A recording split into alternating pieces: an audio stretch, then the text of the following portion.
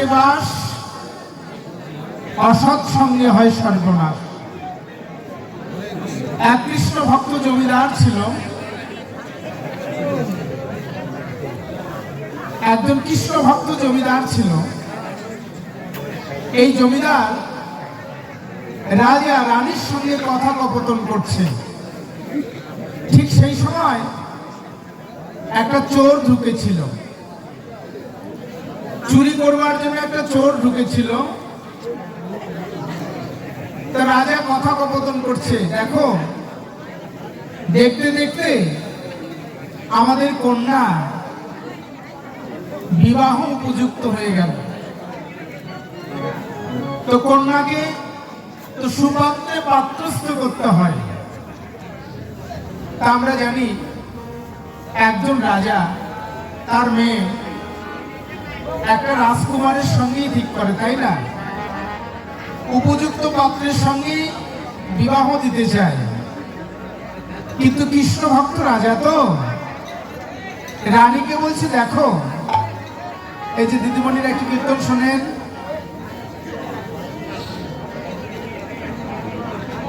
এত গল্প করলে কীর্তন শুনতে পারবেন? তাই বলছি, দেখো আমি কোন রাজপুত্র, কোন রাজার কাছে আমার মেয়েকে তুলে দেব না। আমি মনে মনে একটা স্থির করেছি, আমার মন স্থির করেছি, আমার এই কন্যাকে আমি কোন সাধু গুরু বৈষ্ণবের হাতে তুলে দেব। সাধুগুরু বৈষ্ণবকে আমার কন্যা সাধুগুরু বৈষ্ণবের হাতে তুলে দিব, সাধুগুরু বৈষ্ণবকে দিয়ে বিয়ে দেব, আর আমার এই অর্ধেক রাজ্য আমি তাকে দান করব। রাজা আর রানী এই কথোপকথন করছে। এই সময় ওই চোর রাজা রানীর কথা শুনে ফেলল। রানী কৃষ্ণ ভক্ত, তো রানী কোনো আপত্তি করলো না, বলছে তোমার মেয়ে, তুমি যা মনে করো ভালো তাই করো, আমার কোনো আপত্তি নেই। কোনো সাধুগুরু বৈষ্ণবের হাতে মেয়েকে তুলে দিবা, এটা তো বড়ই ভালো কথা। তো রাজা রানীকে বলছে, দেখো কালকে গোটা রাজ্যে ঢোল পিটিয়ে দিব, যেই রাজ্যের যত সাধু গুরু বৈষ্ণব আছে সবাই যেন তারা আমার রাজ দরবারে আসে। কিন্তু কেন রাখলেন এ কথা বলবেন না। চোর তো শুনে ফেললেন এই কথা। চোর মনে মনে ভাবলো, যাক আর আমাকে চুরি করতে হবে না, আমি কি করব, আমি একজন রেডিমেড সাধু হয়ে যাই। রেডিমেড সাধু আছে না, অনেকেই রেডিমেড সাধু হয়ে যায়, নিচে লুঙ্গি পরে উপরে ধুতি পরে, এরকম আছে না? রেডিমেড সাধু হয়ে গেল। ঢোল পিটিয়ে দেওয়া হলো, বেড়া পিটিয়ে দেওয়া হলো। যেই রাজ্যের যত সাধু গুরু বৈষ্ণব আছে রাজা সবাইকেই ডেকেছে, কিন্তু কেন ডেকেছে তা বললেন না। তা বললে তো সাধুগুরু বৈষ্ণব যারা তারা আসবে না।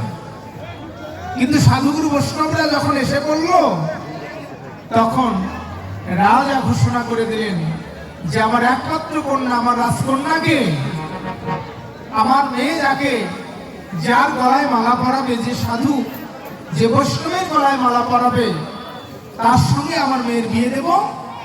শুধু তাই নয়, আমার অর্ধেক রাজ্যও তাকে লিখে দেব। এবার যে সাধুর কথা বললে,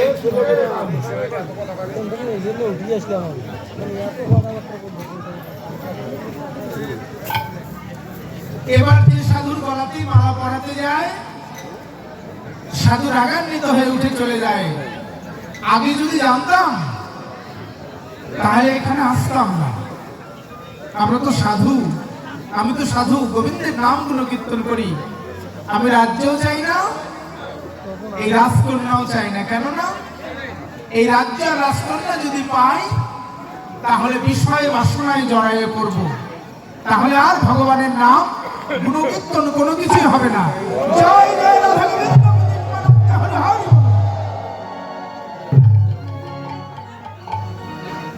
যে সাধুর কাছেই যায় সেই সাধুই উঠে চলে যায়, কোন সাধুর গলায় মালা পরাতে পারছে না।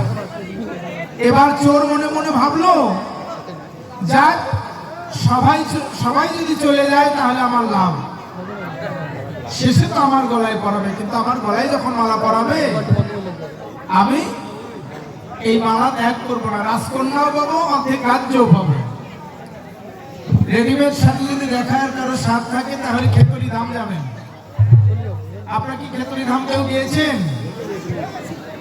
গিয়েছেন তাই না? আপনি মনে মনে ভাবছেন যে আমি হিন্দু মানুষ, একটা তীর্থে এসেছি, একটু হিন্দু দোকানেই খরচ করবো, হিন্দু হোটেলে একটু খাবো কিছু না কিছু নিরামিষ। চিন্তার কোনো উপায় নেই। মোটা মোটা মালা গলায় দিয়ে অহিন্দু যারা তারাও বসে আছে, মালা গলায় দিয়ে।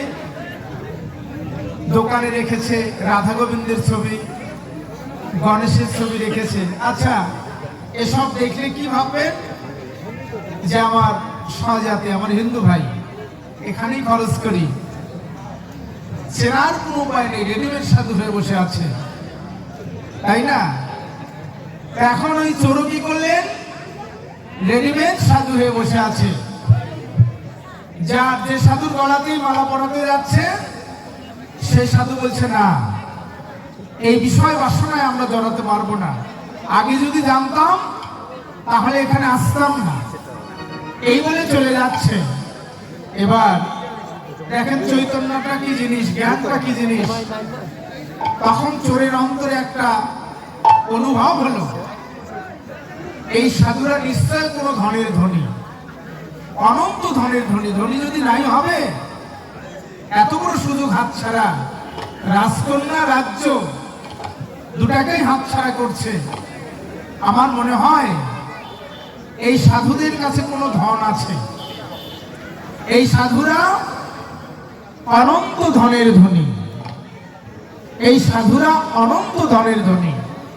তাই এবার চোর কি করলেন? চোরের গলাতে যখন মালা পরাতে গেলেন, চোরও ওই মালা গ্রহণ করলেন না। চোর দৌড়াতে দৌড়াতে সাধুদের চরণ ধুলায় গড়াগড়ি দিয়ে কাঁদতে লাগলো। ও সাধুগণ, একটা সত্য ঘটনা শুনুন, আমি আসলে সাধু না, আমি রেডিমেড সাধু, আমি হলাম চোর।